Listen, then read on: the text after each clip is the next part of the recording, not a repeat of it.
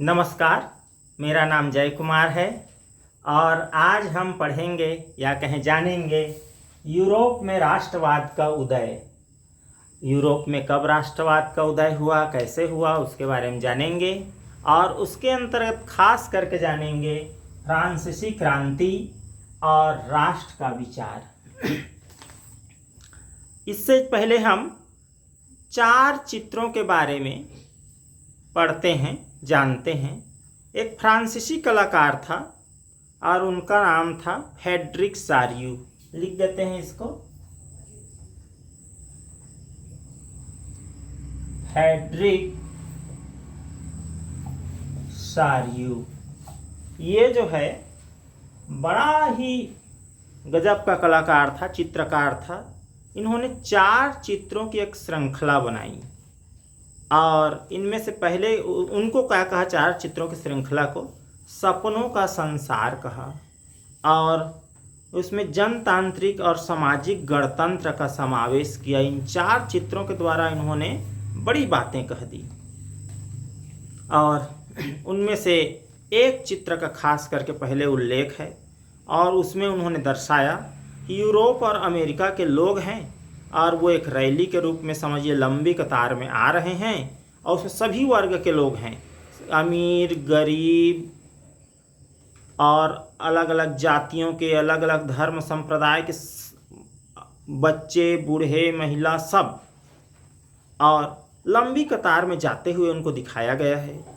स्वतंत्रता की प्रतिमा की वंदना कर रहे हैं, उन लोग जा कर के आ रहे हैं, एक जगह स्वतंत्रता की प्रतिमा बनाए हुए हैं और वहीं पर कहना चाहिए वंदना कर रहे हैं। लोग उनको अलग अलग अपने अपनी भावनाओं के हिसाब से पूजा कर रहे हैं और हाथ में वो जो प्रतिमा है उसमें एक हाथ में ज्ञानोदय की मशाल है, एक मशाल जिसको प्रतीक है ज्ञान की प्राप्ति हो रही, ज्ञानोदय हो रहा है, और दूसरे हाथ में नागरिक अधिकारों की घोषणा पत्र और उनके पैरों के आसपास कहें उस तरफ निरंकुश संस्थानों के ध्वस्त हुए अवशेष हैं और उस चित्र का नाम है कल्पना दर्श। हिंदी में कहें तो कल्पना दर्श और इसको अंग्रेजी में कहें तो यूटोपिया।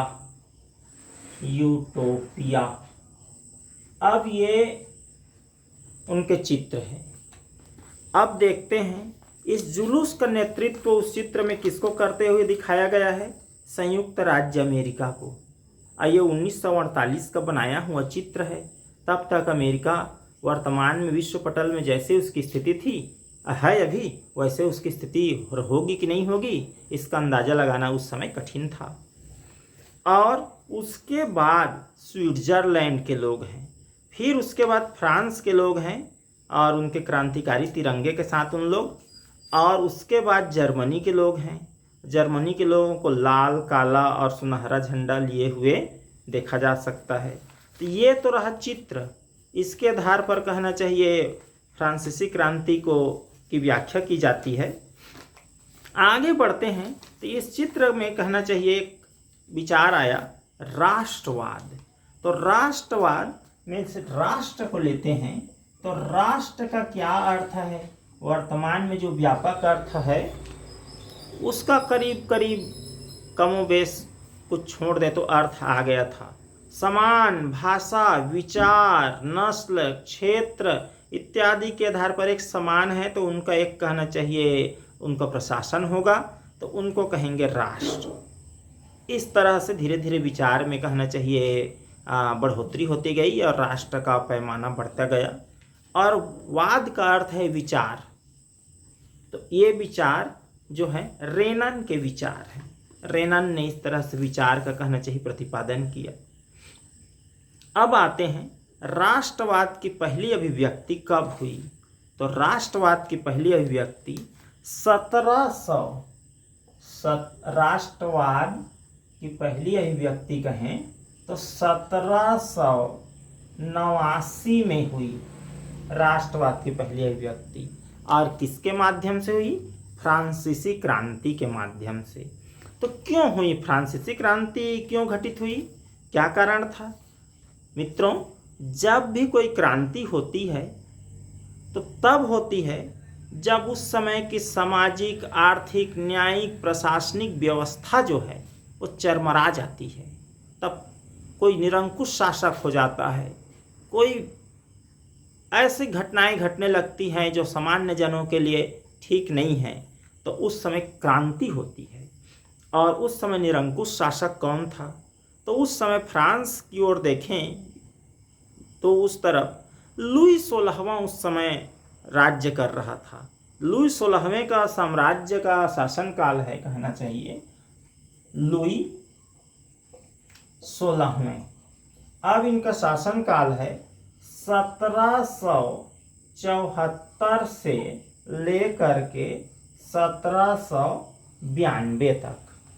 अब इसके दौरान कहते हैं कि लुई 16वां जो है अत्यंत भोगविलासी राजा के रूप में प्रसिद्ध था, कुख्यात था कहें। और उन्होंने टैक्स वगैरह इतना बढ़ा दिए थे, जनता की संपत्ति को कहना चाहिए यूं ही टैक्स के रूप में लेते थे और अब प्रजा पर ध्यान नहीं देते थे, और तरह तरह की विसंगतियां उत्पन्न हो गई थी। तो उसे छुटकारा पाने के लिए फ्रांस के लोगों ने क्रांति करने का विचार किया। अब देखिए, क्रांति का परिणाम, क्रांति तो किए और क्रांति करने का विचार किए और क्रांति करने लगे, उसका परिणाम क्या हुआ? उन लोग चाहते क्या थे? तो एक तो राजनैतिक राजनैतिक और दूसरा सामाजिक परिवर्तन चाह रहे थे। तो राजनैतिक माने राजा हट जाए और सामाजिक परिवर्तन चाह रहे थे। तो सामाजिक परिवर्तन को थोड़ी बाद में देखते हैं, पहले देखते हैं राजनीतिक परिवर्तन में क्या चाह रहे थे। तो पहले तो था राजतंत्र, राजा का बेटा या बेटी फिर राजा, फिर उसके बाद ऐसे करके राजा उन्हीं लोग। तो इन लोग चाह रहे थे कि राजतंत्र खत्म हो और राष्ट्रतंत्र हो। राष्ट्रतंत्र माने फ्रांसीसी नागरिकों के जो समूह होंगे उनका कहना चाहिए शासन हो। इसके लिए कोई भी क्रांति करें तो उसके लिए कुछ विचार को आधार बनाना पड़ता है। तो इन लोगों ने बताया पितृभूमि, इसको अंग्रेजी में कहें लॉ पैट्रिस, और दूसरा उन्होंने नाम दिया नागरिक। तो ये दोनों को उन्होंने अपने विचार में शामिल किया और एक तरह से एजेंडा बनाया। और नया फ्रांसीसी झंडा उन्होंने बनाया 3 रंग का तिरंगा। भारत के तिरंगे से कहना चाहिए अलग है, ये 3 रंग का तिरंगा झंडा उन्होंने बनाया और उसको राष्ट्रध्वज के रूप में उन्होंने मान्यता दी गई। और स्टेट जनरल का चुनाव करवाया। और स्टेट जनरल का चुनाव कौन करेंगे? सक्रिय नागरिकों का समूह। तो सक्रिय नागरिक और निष्क्रिय नागरिक क्या है? जिनको मत देने का अधिकार है वो सक्रिय नागरिक है, और जो मत देने का अधिकार प्राप्त नहीं किया है अलग अलग मानदंडों के अनुसार वो निष्क्रिय नागरिक है। और फिर इस स्टेट जनरल का नाम बदलकर नेशनल असेंबली बना दिया गया।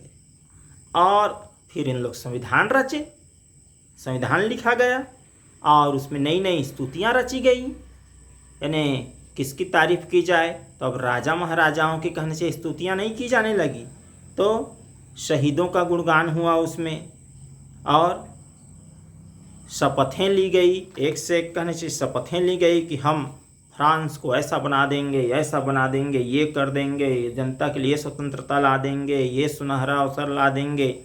इस तरह से कई शपथें ली गई, शहीदों का गुणगान हुआ और राष्ट्र के नाम पर गुणगान हुआ। इससे पहले राजा के नाम पर हुआ करता था। राजा एक व्यक्ति होता है और राष्ट्र तो पूरा कहना चाहिए समूह है, पूरे देश की जनता, शासन प्रणाली, भूमि और बहुत सारी चीज़ें मिलाकर उसको राष्ट्र कहेंगे। तो राष्ट्र के नाम पर होने लगा तो जनता राष्ट्र के नाम पर ज़्यादा अच्छे से जुड़ती है, राजा के नाम पर उतने अच्छे से नहीं जुड़ती। और यदि राजा निरंकुश हो तो उसके नाम पर तो कोई जुड़ते ही नहीं। वो राजा तो केवल अपने सेना के दम पर कहना चाहिए राज्य करता है, तो वो तो उचित माना नहीं जाता। जनता को आप प्रोत्साहित करने के बजाय, पुरस्कृत करने के बजाय दंड दे तो उस राजा को तो उखाड़ फेंकना चाहेंगे जनता। तो अब आगे क्या हुआ? जब क्रांति हुई तो केंद्रीय प्रशासनिक व्यवस्था लागू की गई। केंद्रीय प्रशासनिक व्यवस्था लागू की गई और कई बिंदुओं पर उनको देखें तो एक तो केंद्र की प्रशासनिक व्यवस्था होगी, संविधान उन्होंने रचा और केंद्र में जो कहना चाहिए सत्ता में होंगे उनको प्रशासन पर कहना चाहिए पूर्ण अधिकार होगा। दूसरा, नागरिकों के लिए समान कानून, समान कानून। तो समान कानून बनाए गए तो नागरिक, पहले क्या समान कानून नहीं था? नहीं, राजतंत्र के समय समान कानून नहीं था।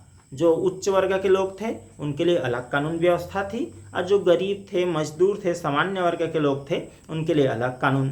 तो इन्होंने बदल दिया कि नहीं नहीं, सबके लिए एक समान कानून व्यवस्था होगी। और इन्होंने कहा कि आयात निर्यात शुल्क, आयात निर्यात शुल्क को हटा दिया गया। तो ये बड़ी अच्छी व्यवस्था हो गई कि अनावश्यक रूप से कहीं से सामान मंगाएं या कहीं बेचें तो उसके लिए बहुत मात्रा में शुल्क लेते थे। नाप तौल की एक समान नीति अपनाई गई कि भाई यहाँ अलग नाप रहे हैं, वहाँ नापने की कहना चाहिए इकाई अलग है, यहाँ तौलने की इकाई अलग है, वहाँ अलग है। तो इसमें बड़ी समस्या होती थी, इसको हटाया गया। और क्षेत्रीय बोली को हटाया गया और उसके बदले फ्रेंच को, फ्रांसीसी भाषा को अपनाया गया और एक तरह से उसको राष्ट्रभाषा के रूप में आगे बढ़ाया गया। तो ये तो कहना चाहिए फ्रांसीसी क्रांतिकारियों ने किया। अब फ्रांसीसी क्रांतिकारियों करने के बाद फ्रांस में लगभग क्रांतिकारियों का प्रभाव जो है पूरी तरह से बढ़ गया और फ्रांस घोषणा की गई। अब जब तक पूरे फ्रांस में क्रांति का प्रभाव जम गया, राजा का प्रभाव खत्म हो गया, करीब करीब कहें कि अब राजा नहीं के बराबर है अब या नहीं है। तो अब उन क्रांतिकारियों ने, फ्रांसीसी क्रांतिकारियों का साहस बड़ा बढ़ गया और उन लोगों ने घोषणा की कि फ्रांसीसी राष्ट्र का यह भाग्य है और लक्ष्य भी है क्या कि यूरोप के लोगों को निरंकुश शासकों से मुक्त कराएं। यानी फ्रांस जो है यूरोप का एक देश है और उसके आसपास जितने देश हैं पूरे यूरोप में राजतंत्र को, निरंकुश शासन को खत्म करेंगे और हम लोग वहाँ राष्ट्रवाद लाएंगे। तो ये तो बड़ी अच्छी बात हो गई। यूरोप में खबर जो है ये है आग की तरह फैल गई और आग की तरह खबर फैली तो दो वर्गों ने खास करके रुचि दिखाई। एक वर्ग जो है उसको कहें हम छात्र वर्ग। छात्र वर्ग में किसको लेंगे? कक्षा पहली, दूसरी, तीसरी, चौथी में पढ़ने वाले नहीं, कॉलेज में पढ़ने वाले, यूनिवर्सिटी में पढ़ने वाले छात्र वर्ग के लोग। और दूसरा जो है शिक्षित मध्यम वर्ग, शिक्षित मध्यम वर्ग, ये लोग रुचि दिखाए। बाकी लोग अमीर वर्ग को कहना चाहिए रुचि दिखाने की आवश्यकता नहीं थी, उनको ऐसे ही अपने धन दौलत के कारण बहुत सारी सुविधाएं मिली हुई थी और वो तो कहना चाहिए कर नहीं रहे थे। गरीब वर्ग के लोगों को कमाने खाने के अतिरिक्त और कोई फुर्सत नहीं थी। छात्र वर्ग के लोग जो पढ़ लिख रहे थे उन लोग कहना चाहिए रुचि दिखाई कि ठीक है वो फ्रांस में जो क्रांति हुई है हम लोगों के देशों में भी हो। और शिक्षित वर्ग के लोग, तो शिक्षित वर्ग के लोगों ने एक कहना चाहिए जैकोबिन क्लब स्थापित किया। Jacobin club, Jacobin club. तो इस क्लब का ही कहना चाहिए उद्देश्य था कि वो जो क्रांतिकारी हैं उन लोगों की बातों को हम लोग आगे बढ़ाएं और अपने देश में भी निरंकुश शासन को हटा करके, राजतंत्र को हटा करके राष्ट्रवाद लाएं। और तो अब इससे क्या हुआ? फ्रांसीसी सेना, जो फ्रांस की सेना है, उन लोगों को इधर इटली में, स्विट्ज़रलैंड में, हॉलैंड में और इस तरह के और देशों में घुसने में बड़ी सहायता मिली क्योंकि उन्हीं लोग कह रहे हैं आ जाओ, बदल दो, हमारे देश को ही बदल दो। और उन लोग कहना चाहिए प्रवेश करने लगे। तो 1790 के दशक में फ्रांसीसी सेना इन देशों में घुस गई और उन देशों में जैसे मैंने गिना था, हॉलैंड, बेल्जियम, स्विट्जरलैंड और इटली, इन चारों देशों में फ्रांसीसी सेना घुस गई। युद्ध शुरू और राष्ट्रवाद का प्रसार लेकर के इन लोग घुसे और शुरू युद्ध। अब मत पूछिए आगे युद्ध जब शुरू हो जाता है तो क्या होता है।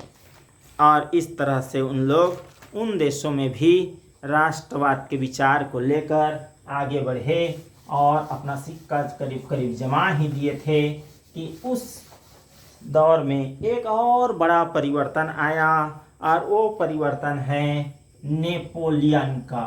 नेपोलियन का पूरा नाम कहें नेपोलियन बोनापार्ट।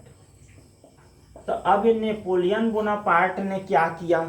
नेपोलियन बोनापार्ट जो है वो बड़ा योद्धा था। 24 साल की उम्र में 24 साल की उम्र में वो कहना चाहिए सेनापति के रूप में आए। और सेनापति बनकर आया, कहाँ आया? ये फ्रांस में।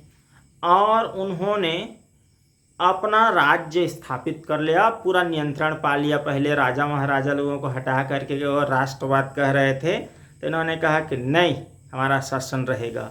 और 1800 कहना चाहिए 4 में इन्होंने अपने आप को राजा घोषित कर दिया वहाँ। लेकिन सेनापति था तब से लेकर के कहें 1799 को आया था, तब से लेकर के 1815 तक उन्हीं का साम्राज्य रहा। पहले सेनापति के रूप में उनका साम्राज्य रहा और फिर 1804 में उन्होंने पूर्णतः राजा के रूप में अपने आप को स्थापित कर लिया।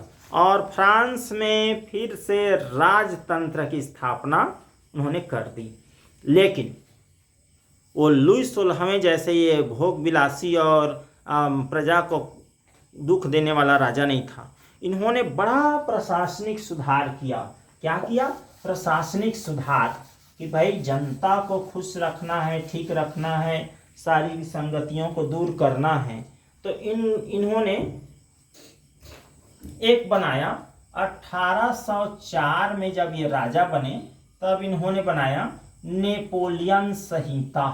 नेपोलियन संहिता बनाया, माने एक तरह से संविधान कहें, नियम।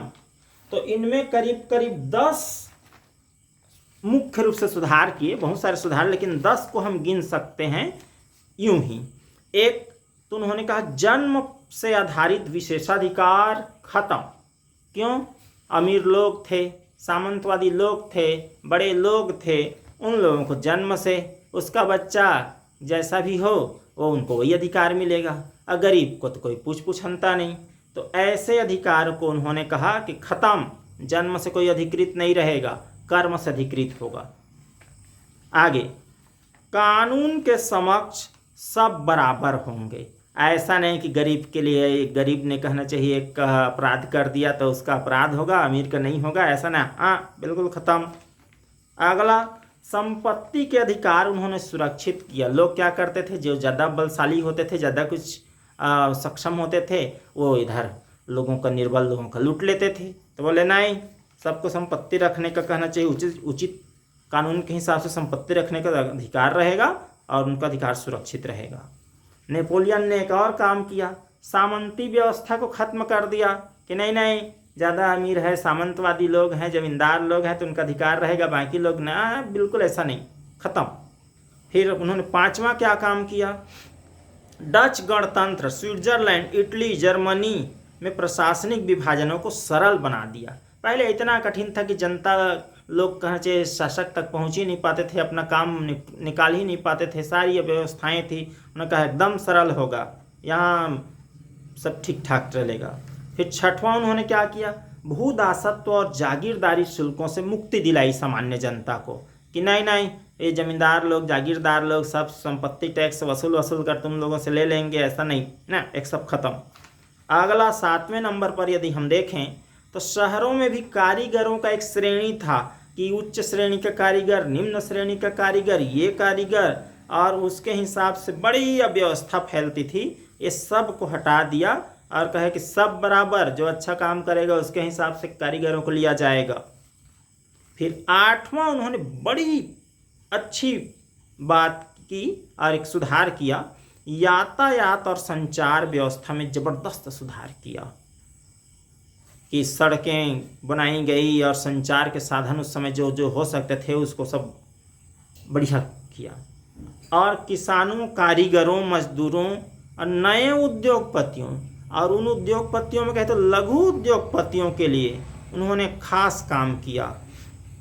और इन लोगों ने कहना चाहिए आज़ादी का स्वाद चखा, आज़ादी को चखी इन लोगों ने। बोले कि वाह, ऐसा जीवन, यही तो हमारी कल्पना थी। गजब का काम किए। तो फिर क्या करते हैं, और इसने 2 बड़े बड़े काम किए। एक मानक भार बना दिया। मानक भार का मतलब है, मानक भार आप यहाँ से किलोग्राम में 1 किलो तौल कर ले जाएंगे, दूसरे जगह भी 1 किलोग्राम होगा। ऐसा नहीं कि वहाँ के बाट अलग होंगे, यहाँ के बाट अलग होंगे, और यहाँ शेर में नापेंगे, वहाँ ग्राम में नापेंगे, वहाँ और किसी इकाई में नहीं, पूरे देश भर में एक इकाई रहेगी और वो एक स्टैंडर्ड रहेगा। और उन्होंने एक और बड़ी सुविधा दी, राष्ट्रीय मुद्रा घोषित किया कि भाई वहाँ सोने के सिक्के थे, यहाँ चांदी के सिक्के थे, यहाँ तांबे के सिक्के थे, यहाँ तो ये इसके नहीं, एक राष्ट्रीय मुद्रा थे। और इस तरह से नेपोलियन बोनापार्ट ने गजब का सुधार किया। और फ्रांस में नेपोलियन के शासन जो है गजब का हुआ। लेकिन ये गजब का तो हुआ, लेकिन इस पर उन लोगों की जो प्रतिक्रिया हुई, वो प्रतिक्रिया जो है मिली जुली प्रतिक्रिया हुई। किसकी प्रतिक्रिया? फ्रांस की जनता की जो प्रतिक्रिया हुई वो मिली जुली प्रतिक्रिया हुई।